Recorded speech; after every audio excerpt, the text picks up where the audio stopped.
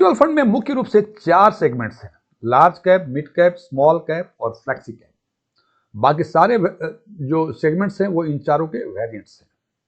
और जैसा हम जानते हैं कि इक्विटी म्यूचुअल फंड अपने आप में रिस्की है, हालांकि बिल्कुल एक बात और सही है, हालांकि इसके साथ साथ वो रिटर्न भी बेहतर देता है, लेकिन among equity mutual funds large cap माना जाता है कि सबसे सेफ है, यानी सबसे कम रिटर्न और सबसे कम risk in comparison to mid cap और स्मॉल कैप। मींस रिटर्न सबसे कम लार्ज कैप में, उससे अधिक मिड कैप में और उससे अधिक स्मॉल कैप में। उसी हिसाब से सबसे कम रिस्क लार्ज कैप में, उससे अधिक मिड कैप में और उससे अधिक स्मॉल कैप में।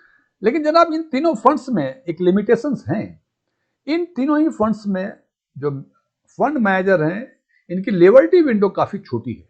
जैसे लार्ज कैप में सेबी के कैटेगराइजेशन के हिसाब से कम 80% अपने पोर्टफोलियो का लार्ज कैप इक्विटी सेगमेंट्स में इन्वेस्ट करना ही पड़ेगा। वही मिड कैप और स्मॉल कैप सेगमेंट में 65% का लिमिटेशंस है।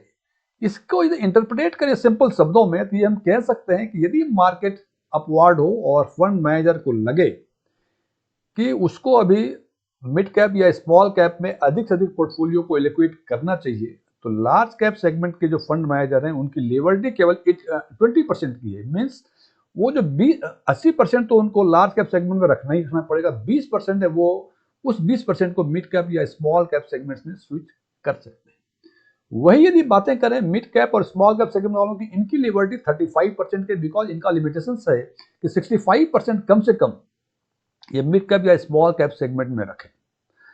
यहां तक तो बातें ठीक है, इनका 20%, इन दोनों का 35%। लेकिन फ्लेक्सी कैप का एक ही लिमिटेशन है जो बेसिक फंडामेंटल्स है इक्विटी म्यूचुअल फंड के, कि कम से कम 65% अपने पोर्टफोलियो का इनको equity oriented mutual fund, equity oriented instruments में इनको इन्वेस्ट करना पड़ेगा। अब बात करें कि मार्केट यदि अपवर्ड मूवमेंट में है तो फ्लेक्सी कैप वालों को लिबर्टी 100% की, मीन्स ये 100% ये स्विच कर सकते हैं ये मिड कैप या स्मॉल कैप पे।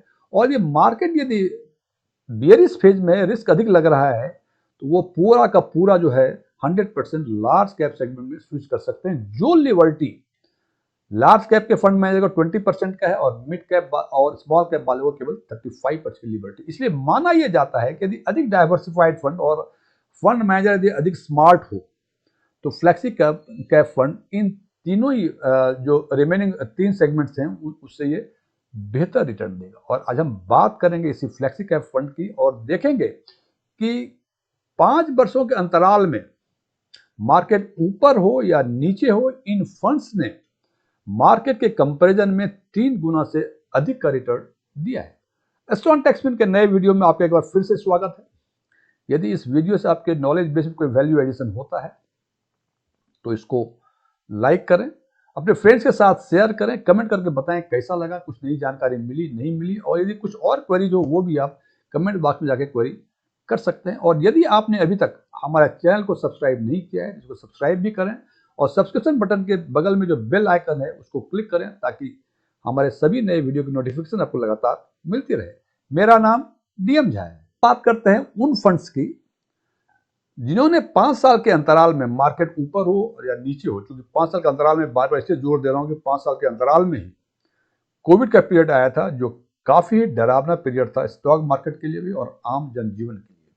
तो 5 साल के अंतराल में इन फंड्स ने 3 टाइम्स से अधिक का रिटर्न मार्केट के कंपेरिजन में दिया है। इसका मतलब यदि मार्केट ने 10% का रिटर्न दिया है तो इन फंड्स ने उससे अधिक 3 गुना अधिक यानी 30% के आसपास का रिटर्न दिया है। और वो फंड्स हैं पराग पारिक का फ्लेक्सी कैप, जेएम का फ्लेक्सी कैप, एचडीएफसी का फ्लेक्सी कैप। अब आपके मन में ये प्रश्न होगा कि ये 3 फंड को ही हमने शॉर्टलिस्ट क्यों किया और किस तरह से शॉर्टलिस्ट किया। तो जनाब हमने 1 ईयर, 3 ईयर, 5 ईयर्स और 10 ईयर्स के हॉरिजन में टॉप 10 फंड्स को शॉर्टलिस्ट किया और इन चारों ही हॉरिजन में टॉप 10 फंड्स को शॉर्टलिस्ट करने के बाद हमने ये देखा कि इन चारों ही टाइम हॉरिजन में कौन से फंड कॉमन है। तो हमने देखा कि ये तीनों ही फंड्स कॉमन है। यदि इसको हम रैंक के हिसाब से देख लें तो 10 ईयर में 2, 3, 4 पराग पारिक सेकंड पे, जेएम थर्ड पे और एचडीएफसी फोर्थ पे। उसी हिसाब से 5 ईयर में भी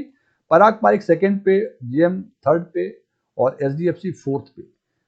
थर्ड ईयर में 3 इयर्स के टाइम होरिजन में पराग पारिक 9th पे, जेएम फ्लेक्सी फर्स्ट पे और एचडीएफसी फ्लेक्सी सेकेंड रैंक पे, और लास्ट 1 ईयर के बेसिस पे पराग पारिक 5th पोजीशन पे, जेएम सेकेंड पे और एचडीएफसी 9th पे। अब यदि इसकी हम तुलना करें तो हमने देखा कि 10 साल में काफी बेहतर रिटर्न इन तीनों का 2, 3, 4 रैंक था, लेकिन जैसे ही थर्ड ईयर लास्ट 3 इयर्स की बातें करें, कोविड के बाद का पीरियड, तो हम देखते हैं कि पराग पारिक सेकेंड से 9th पे आ गए। हालांकि एक ईयर में इन्होंने फिर इंप्रूव किया, 9th से 5th पे आए।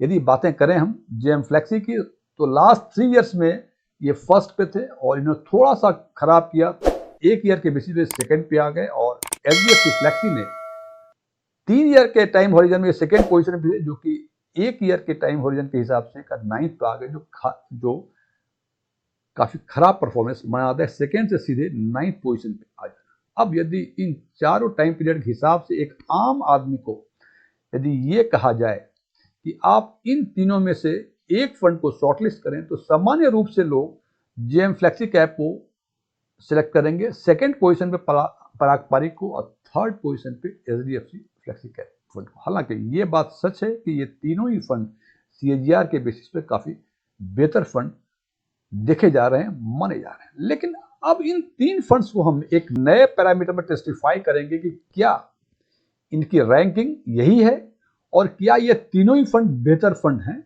और उस पैरामीटर का नाम है मार्केट कैप्चर रेशियो। जरा मार्केट कैप्चर रेशियो के बारे में चर्चा करने के पहले उसके टाइप से बात करें, फिर आपको बात समझ में आ जाएगी मार्केट कैप्चर रेशियो के बारे में। मार्केट कैप्चर रेशियो 2 तरह का होता है, अप मार्केट कैप्चर रेशियो और डाउन मार्केट कैप्चर रेशियो। और अप मार्केट कैप्चर रेशियो का यदि हम फॉर्मूला की बातें करें, तो fund return during up period, market जब रैली में होती है तो उस पर्टिकुलर फंड का रिटर्न क्या है, और उसी पीरियड में, अप पीरियड में, रैली पीरियड में उसके रेस्पेक्टिव मार्केट का रिटर्न क्या है, मल्टीप्लाइड बाय 100। उसी हिसाब से डाउन मार्केट कैप्चर रेशियो का मतलब फंड का रिटर्न ड्यूरिंग डाउन मार्केट और मार्केट का रिटर्न ड्यूरिंग डाउन मार्केट, और मल्टीप्लाई कर देंगे इसको 100 से। हालांकि ये फॉर्मूला से आपको लगता होगा कि थोड़ा सा कॉम्प्लिकेशंस है, जनाब कॉम्प्लिकेशंस नहीं है, इसको मैं एक सिंपल एग्जांपल देके आपसे चर्चा करूंगा तो आपको बात बहुत क्लियर, बहुत स्पष्ट रूप से समझ में आ जाएगी। हमने माना कि किसी पार्टिकुलर फंड का अप मार्केट पीरियड में रिटर्न जो है 1 ईयर, 3 ईयर, 5 ईयर जो भी पीरियड है वो 15% है और मार्केट का रिटर्न 10% है। इसका मतलब अब मार्केट कैप्चर रेशियो का ये मतलब हुआ 15/10 multiplied by 100 and it will come 150। यदि मार्केट कैप्चर रेशियो 150 हम बोलते हैं, इसका मतलब कि मार्केट का, उस रेस्पेक्टिव मार्केट का जो रिटर्न है उससे 50% अधिक रिटर्न वो पार्टिकुलर फंड दे रहा है। मतलब यदि मार्केट का रिटर्न अप पीरियड में 20% है और उस पर्टिकुलर फंड का मार्केट कैप्चर रेशियो 150% है, इसका मतलब फंड जो है उस पीरियड में 30% का रिटर्न देगा, 20 से 30 मतलब 50% अधिक। उसी हिसाब से डाउन मार्केट पीरियड में यदि हमने माना कि फंड का रिटर्न -6% है और मार्केट का रिटर्न -8%, क्योंकि मार्केट डाउन है तो निश्चित रूप से यदि मार्केट डाउन रहेगा तो संभावनाएं हैं कि वो पर्टिकुलर फंड भी नेगेटिव में ही रिटर्न देगा। तो -6% फंड का और -8% मार्केट का, ये आता है 75%। इसका मतलब यदि मार्केट 10% डाउन होता है तो फंड जो है 7.5% ही डाउन जाएगा, और इन दोनों को मिला के जो रेशियो निकलते हैं उसको कहते हैं मार्केट कैप रेशियो। अब बात करते हैं इन तीनों फंड की 1 ईयर, 3 ईयर, 5 ईयर में मार्केट कैप्चर रेशियो क्या है। तो हम देखते हैं, पहले फर्स्ट ईयर की बातें कर लें। पराग पारिक, जेएम फ्लेक्सी और एचडीएफसी 1 ईयर में देखते हैं कि 117% जो है ये जेएम फ्लेक्सी कैप का है, जो सबसे बेहतर है। इसका मतलब इस लास्ट 1 ईयर में फ्लेक्सी कैप सेगमेंट ने यदि 10% का रिटर्न दिया है तो जेएम फ्लेक्सी ने 11.7% का रिटर्न दिया है। ये तो बातें जेएम फ्लेक्सी की जो सबसे बेहतर है। और डाउन मार्केट कैप्चर रेशियो में 62।